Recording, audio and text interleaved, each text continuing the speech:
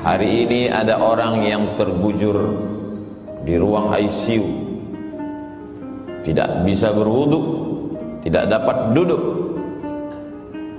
Mau bertayamum pun mesti ditayamumkan orang lain. Padahal kemarin dia adalah orang yang gagah perkasa dengan harta dan kekuasaannya. Tapi begitulah hidup. Semuanya serba tiba-tiba dan tanpa diduga dia datang. Senang dan susah, sakit dan sehat, hidup dan mati dalam kuasa Allah Subhanahu wa ta'ala. Menetes air mata menyesal, namun yang lalu tak dapat diulang kembali. Sayup-sayup suara azan dari menara masjid menembus lobang-lobang angin di celah jendela. Air mata penyesalan masih ada, alhamdulillah. Masih diberikan Allah Subhanahu wa ta'ala sakit. Bagaimana dengan yang mati mendadak secara tiba-tiba melangkah keluar dari rumah, bukan dengan kata bismillah, tidak pula bismillah tawakkaltu 'ala Allah wala haula wala quwata illa billah, tapi dalam perbuatan maksiat dan dosa. Kematian datang tiba-tiba. Tidak ada roh gentayangan dalam Islam. Roh dalam kuasa Allah Subhanahu wa ta'ala. Yang baik-baik letaknya illiyin, yang buruk, jelek, jahat, busuk, sijjin. Tidak ada satupun manusia yang bisa memanggil, mengundang, mendatangkan roh manusia. Tapi tradisi ini sudah lama berlangsung.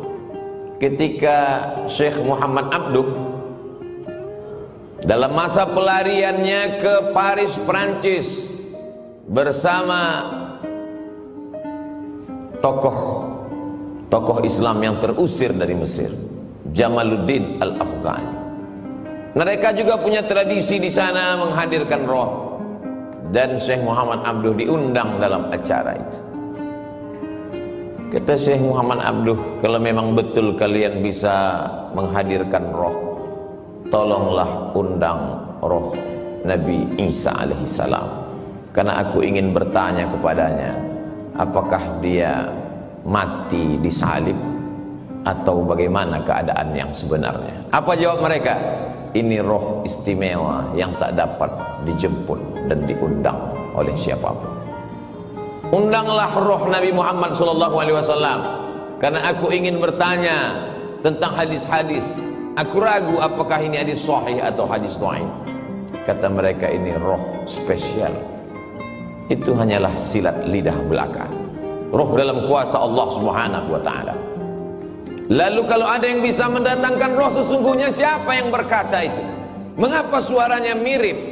Mengapa dia tahu lokasi, tempat kejadian peristiwa per pekan, per hari, per jam, per detik? Karena sesungguhnya manusia lahir dia didampingi oleh jin yang disebut dengan qarin. Ya'shu an dzikrir rahman, siapa yang tidak berzikir mengingat Allah, nuqayyid lahu syaitanan fahuwa lahu qarin, maka kami akan ikatkan ke tubuhnya syaitan, dan syaitan itu menjadi fahuwa lahu qarin, yang senantiasa bersama dengan dia. Itulah mengapa kita pagi membaca wirid-wirid Al-Fatihah, Qul huwallah, Qul a'udzu bil falaq, Qul a'udzu birabbin nas, pangkal Al-Baqarah, ayat kursi, ujung Al-Baqarah. Para mursyid tarekat Naqsyabandiyah, Syadziliyah, Al-Khalwatiyah, Al-Qadiriyah memilih wirid-wirid tertentu, diajarkan dan diamalkan murid supaya terselamat dari godaan jin syaitan. Tapi kemudian ada orang yang berkawan, berteman dengan setan, dia panggil setan, lalu kemudian setan itu berkata, akulah si fulan, suaranya mirip, tahu berbagai peristiwa yang pernah terjadi dalam kehidupannya. Sesungguhnya itu adalah setan memanggil setan. Islam mengajarkan roh dalam genggaman qudrat, iradat, kuasa Allah Subhanahu wa ta'ala. Ada masanya roh itu ditiupkan kembali ke dalam jasad untuk merasakan azab kubur dan nikmat kubur. maka kita mendoakan mereka, Allahumma ja'al qabrahu raudatan min riyadil jinan, jadikanlah kuburnya salah satu dari taman-taman surga.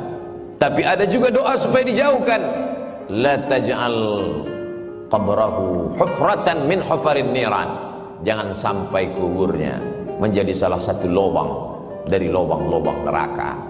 Itu pula yang dipesankan Sayyidina wa Maulana wa Syafi'ina wa Dzukhrina wa Qurrati A'yunina Muhammadin sallallahu alaihi wasallam kepada Sayyidatuna Aisyah radhiyallahu anha, kalau engkau lewat di pemakaman Baqi, janganlah mulutmu diam saja, doakanlah mereka, assalamualaikum ya ahla diyar minal mu'minin wa inna insyaallahu bikum lahiqun, yarhamullahul mustaqdimina wal mustaakhirin, nas'alullah lana walakumul afiyah. Assalamualaikum ya ahla diyar, keselamatan untuk kamu wahai penghuni kubur. Wa inna insyaallahu bikum lahiqun, sesungguhnya kami pun akan menyusul kamu, lambat laun, esok pagi, petang, sore, pasti akan menyusul kamu. Yarhamullahul mustaqdimin, Allah mencurahkan rahmatnya untuk orang yang mati duluan, wal mustaakhirin, dan yang datang belakangan. Nas'alullah lana walakumul afiyah. Kami tetap selalu memintakan kebaikan kepadamu ya Allah, ya dzal jalali wal ikram, ya fa'alul lima yurid, ya man qada amran innama yaqulu lahu kun fayakun. Ketika roh itu sudah berpisah dengan jasad, jasad itu pun lalu kemudian jantung berhenti berdetak, napas paru-paru tak lagi berhembus, maka darah berubah menjadi nanah, nanah membusuk hanya menjadi santapan cacing tanah. Tapak rumah yang dibeli dengan hasil kerja keras, arsitek yang diundang, dipanggil khusus untuk menggambar sesuai dengan selera, uang halal haram hantam semuanya, sampai masanya satu jengkal pun tidak ada yang mau menerima jasad di rumah itu, tetap diasingkan ke tempat yang jauh, taman pemakaman umum. Mana raja-raja, sultan-sultan Melayu yang gagah perkasa, Siak Sri Indrapura, tidak dikenang. Tapi siapa yang mengenang? Yang dikenang adalah Masjid Shahabuddin, sempat membangun masjid. Itulah mengapa para ulama, para alim ulama mengingatkan para zu'ama, penguasa, untuk membangun masjid. Karena ketika ruh sudah berpindah ke alam barzakh, barzakh artinya pemisah, dia tidak disebut dengan dunia karena orangnya sudah mati meninggalkan dunia. Dia tidak disebut dengan akhirat karena alam masih terkembang, dunia belum kiamat. Pemisah antara dunia dengan akhirat, dia adalah alam barzakh. Mana bupati, gubernur dan wali kota, semuanya selesai dalam 2 periode, mati menghadap Allah. Tapi masjid yang pernah dia bangun dalam wilayah kekuasaannya, namanya tak dikenal, tak diingat orang, tapi pahala tetap mengalir ke liang lahat kuburnya. Ketika kekuasaan masih ada di ujung tangan, tanda tangan masih berlaku, tolonglah agama Allah, karena semuanya hanya sekedar mimpi belaka. An-nasu niyam, manusia ini semuanya tertidur. Falamma matu, ketika mereka mati, intabahu, barulah mereka tersadar, terbangun dari tidur yang panjang, lelap sampai mengigau. Ternyata hanya mimpi jadi orang kaya, mimpi menjadi penguasa, mimpi menjadi orang yang dipuja-puja. Ketika kematian datang, semuanya tinggal baju besar, kemewahan dan kemegahan, harta benda kendaraan. Sedetik setelah kematian, dia mulai dibagi-bagi, dipotong-potong, dicabik-cabik oleh ahli waris. Kalau anak sempat disekolahkan ke pondok pesantren tahfiz Quran, dia yang akan mengantar sampai ke liang lahat, dia yang akan mengiring ke pemakaman, dia yang turun ke bawah meletakkan ke liang lahat, dia tempelkan hidung orang tuanya. Karena begitu yang diajarkan menurut sunnah Rasulullah SAW. Setelah itu dia ke atas, dia bacakan talqin, dia kirimkan doa. Di tengah malam dia terjaga, menetes air matanya berkata, Rabbighfirli wa liwalidayya warhamhuma kama rabbayani shaghira. Anak tak sempat dididik karena kesibukan dunia, punya jabatan tidak sempat dipakai untuk menolong agama, harta dipergunakan untuk perkara yang sia-sia, hidup sejenak. tapi resiko yang dirasakan khalidina fiha abada, kekal untuk selamanya.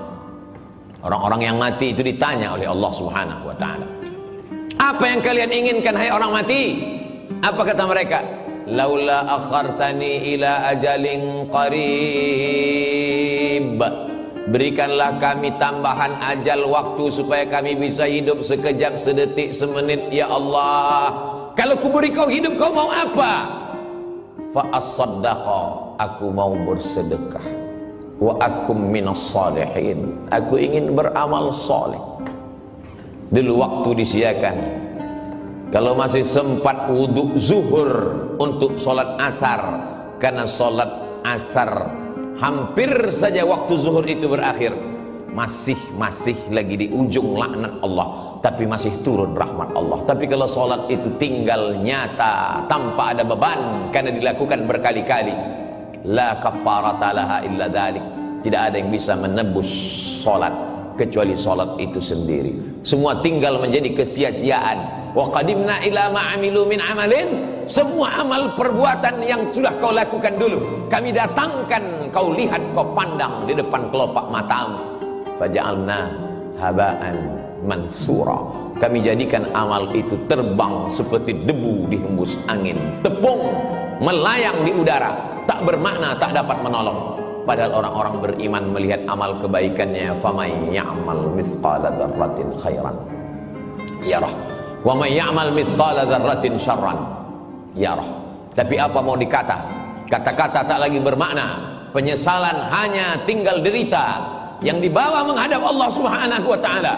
Kalau pernah memaksa-maksakan diri untuk sholat duha agak 2 rakaat, kalau pernah memaksa-maksakan mata untuk tahajud, meneteskan air mata di tengah malam, kalau pernah memaksa-maksakan diri untuk menyisihkan uang belanja 1, 2, 3 sak semen, 1, 2, 3 meter pembebasan tanah, pembangunan masjid.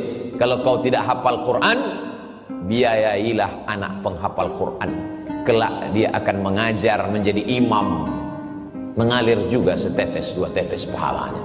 Kalau kau tidak pernah menuntut ilmu agama, tak dapat lagi menghafal karena dipangkal panjang, dibaca yang panjang lupa yang pendek, dibaca pangkal hilang yang ujung, diulang ujung melayang yang pangkal. Maka bantulah fakir miskin dan du'afa, karena itu sajalah lagi satu-satunya harapan yang dapat menolong ketika ajal tiba menghadap Allah Subhanahu wa taala. Sampai masanya yarji'usnani, yang 2 pulang ke rumah, maluhu, mobilnya, surat tanahnya, STNK, BPKB, semua kembali pulang ke rumah. Wa ahluhu, keluarga, anak, menantu, handai tolan, suami, istri, kawan, jiran, tetangga, semua pulang ke rumah. Hari pertama, kedua mereka meneteskan air mata. Hari keempat, kelima mereka mulai tertawa. Hari keenam, ketujuh hanya tinggal kenangan semata. Mana yang mengalir? Kalau pernah mengajarkan Al-Fatihah, alif bata, diamalkan anak cucu keturunan. Mana yang tetap mengalir sampai kematian? Kalau pernah mewakafkan Al-Quran, tak dapat Al-Quran surat Yasin, sehari 2 hari sempatkan menjenguk fakir miskin, yatim dan du'afa, mengusap kepala mereka, 1, 2, 3 bungkus, semeter 2 meter, 1, 2, 3 sak. Itu sajalah yang dapat menolong di hadapan Allah Subhanahu wa ta'ala. Isma syi'ta, hidup sesuka hatimu. Mau hidup dengan cara Fir'aun, silakan. Mau hidup dengan cara Qarun, silakan. Mau hidup dengan cara apapun, silakan. Fa innaka mayyit, karena sesungguhnya kau akan jadi mayat, kau akan menjadi bangkai, kau akan diperebutkan oleh cacing tanah. Semuanya akan kembali menghadap Allah. Yang jahat mati, yang baik pun mati. Semua orang siap mati, tapi tak banyak yang memikirkan apa yang akan dihadapi setelah kematian. Barakallahu li wa lakum fil Qur'anil azim wa nafa'ani wa iyyakum bima fihi minal ayati wadh-dhikril hakim wa taqabbala minni wa minkum tilawatahu innahu huwal ghafurur rahim. Alhamdulillahilladzi bi ni'matihi tatimmus shalihat, wassalatu wassalamu ala sayyidis sadat wa ala alihi wa ashabihi ahlil fadaili wal karamat. Asyhadu an la ilaha illallah wahdahu la syarika lah, wa asyhadu anna sayyidana Muhammadan abduhu wa rasuluhu wa safiyuhu min khalqihi وخليله أدى الأمانة وبلغ الرسالة ونصح للأمة وتركنا على المحجة البيضاء ليلها كنهارها لا يزيغ عنها إلا هالك. قال الله تعالى في القرآن العظيم وهو أصدق القائلين: أعوذ بالله من الشيطان الرجيم بسم الله الرحمن الرحيم والعصر إن الإنسان لفي خسر إلا الذين آمنوا وعملوا الصالحات وتواصوا بالحق وتواصوا بالصبر. وقال تعالى في آية أخرى: إن الله وملائكته يصلون على النبي يا أيها الذين آمنوا صلوا عليه وسلموا تسليما. اللهم اغفر للمسلمين والمسلمات والمؤمنين والمؤمنات الأحياء منهم والأموات برحمتك يا أرحم الراحمين. اللهم انصر الإخواننا المجاهدين المستضعفين في فلسطين وفي روهينيا وفي كل مكان من مشارق الأرض إلى مغاربها. اللهم أعز الإسلام والمسلمين واخذل الكفرة والمشركين ودمر أعداءك أعداء الدين. اللهم ادفع عنا الغلاء والوباء والفحشاء والربا والزنا والمنكر والسيوف المختلفة والشدائد والمحن ما ظهر منها وما بطن من بلدنا هذا خاصة ومن بلدان المسلمين عامة. عباد الله أوصيكم ونفسي بتقوى الله وطاعته فقد فاز المتقون. إن الله يأمر بالعدل والإحسان وإيتاء ذي القربى وينهى عن الفحشاء والمنكر والبغي يعظكم لعلكم تذكرون. فاذكروا الله العظيم يذكركم واسألوه من فضله يعطكم ولذكر الله أكبر والله يعلم ما تصنعون.